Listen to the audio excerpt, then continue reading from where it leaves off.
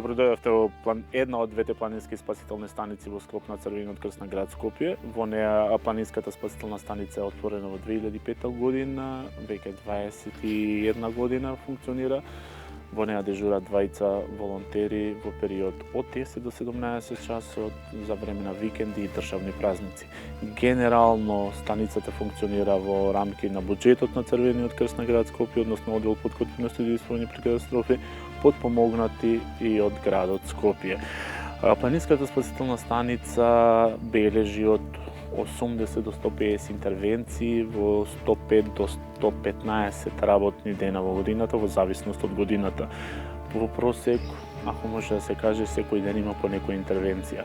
Генерално, тој од 80 до 150 интервенции, кои што ви кажав, 20 до 30% во зависност од годината ни завршуваат во ургентен клинички центар.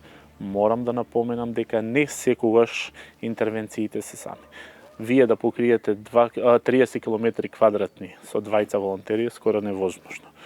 Генерално повиците доаѓаат од самите планинари, односно самите посетители на водно, но некогаш и од Центарот за управување со кризи и од хитната медицинска помош.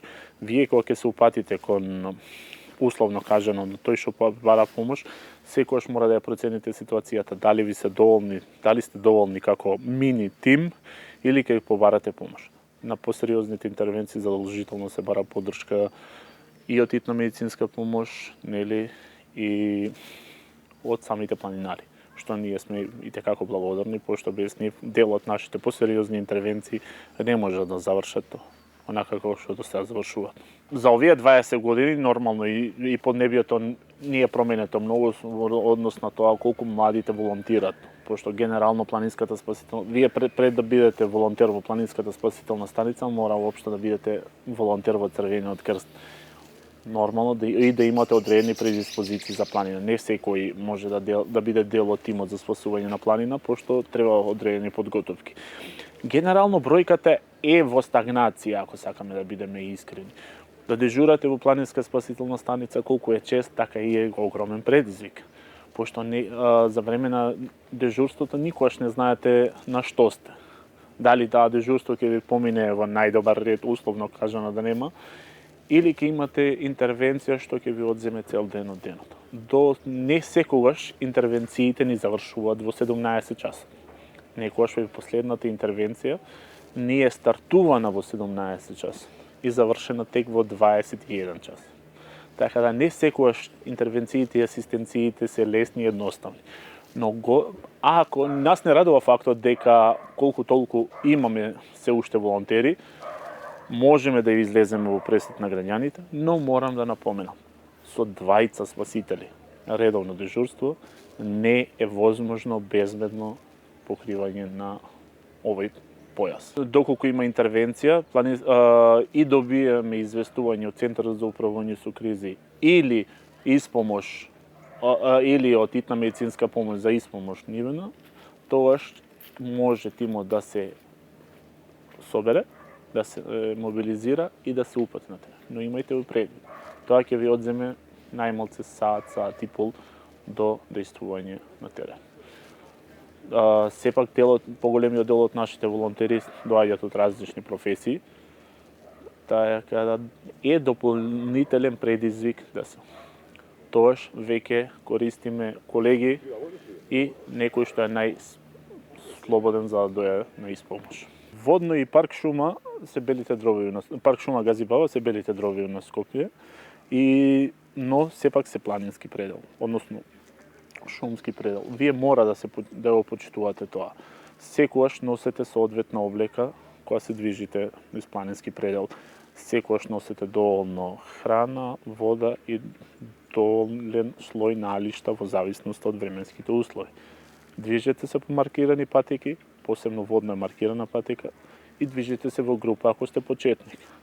Доколку се изгубите и барате помош, останете на таа локација кај што сте ја побарале помошта, сепак тимовите односно тимот во овој случај да не лута по вас и да иде на посочената локација што ви е дадена, вие сте трнале по свој пат. Така да една од најголемите проблеми на тимовите е кога вие ќе даете една локација, а ќе ја напуштите своеволно, а претходно не сте ги известили службите. Почитувате планината за таа да ве почитува вас, а што е најбитно, не бидете дел од нашите статистики.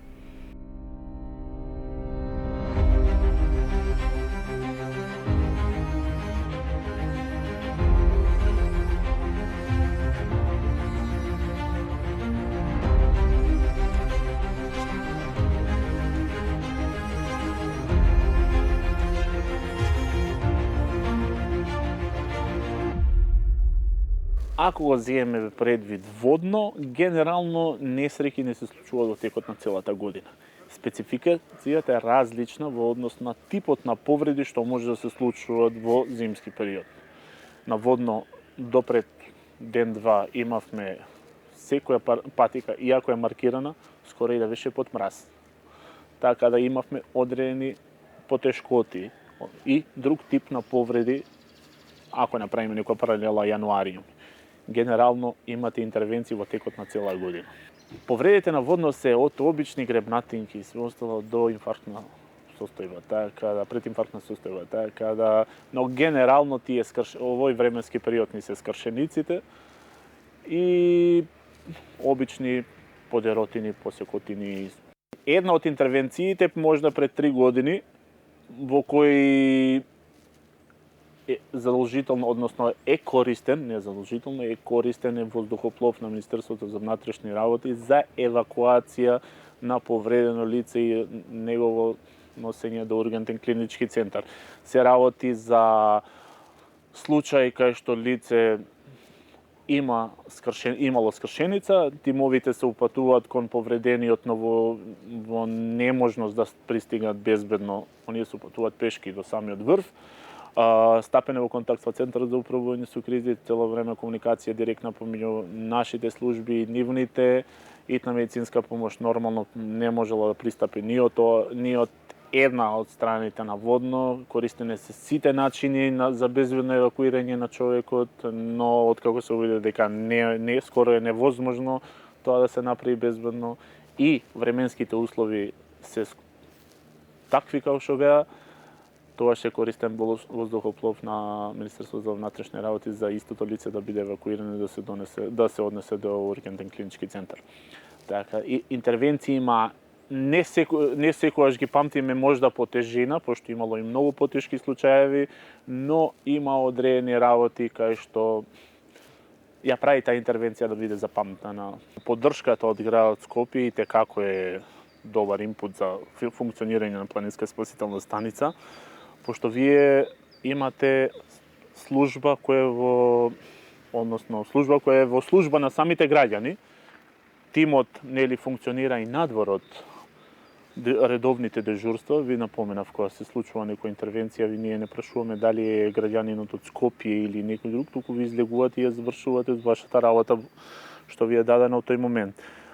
Имавме одредени потешкоти претходните години, се надевам дека 2026 ќе успееме да влеземе во некаков систем и она да ни стане традиција во поддршка на службите за спасување, дали тие били на планина, вода и све остало. Ние на жалост на национално ниво немаме служба за спасување, така да секоја локална самоуправа, односно се труди на одреден начин да функционира. Потребен е на градот тимот, потребен е на државата национален тим, у секој случај, се со цел да бидат ослободени службите на МВР и тимот на дирекција заштита и спасување. Пошто веќе кога ќе имате тимот дежурен, тимот многу побрзо ќе действува на терен, него да биде мобилизиран од својата институција од кај што излегува. Моментов дали тоа ќе биде касарна или полициска станица или било што, во секој случај вие ќе имате тим кој што ќе действува. Напоменав, 21 година функционира, не е мал, има поминато доста време, многу интервенции, а една е целта – помош на граѓаните во било кое време. Во овој случај, генерално од 10 до 17 часа.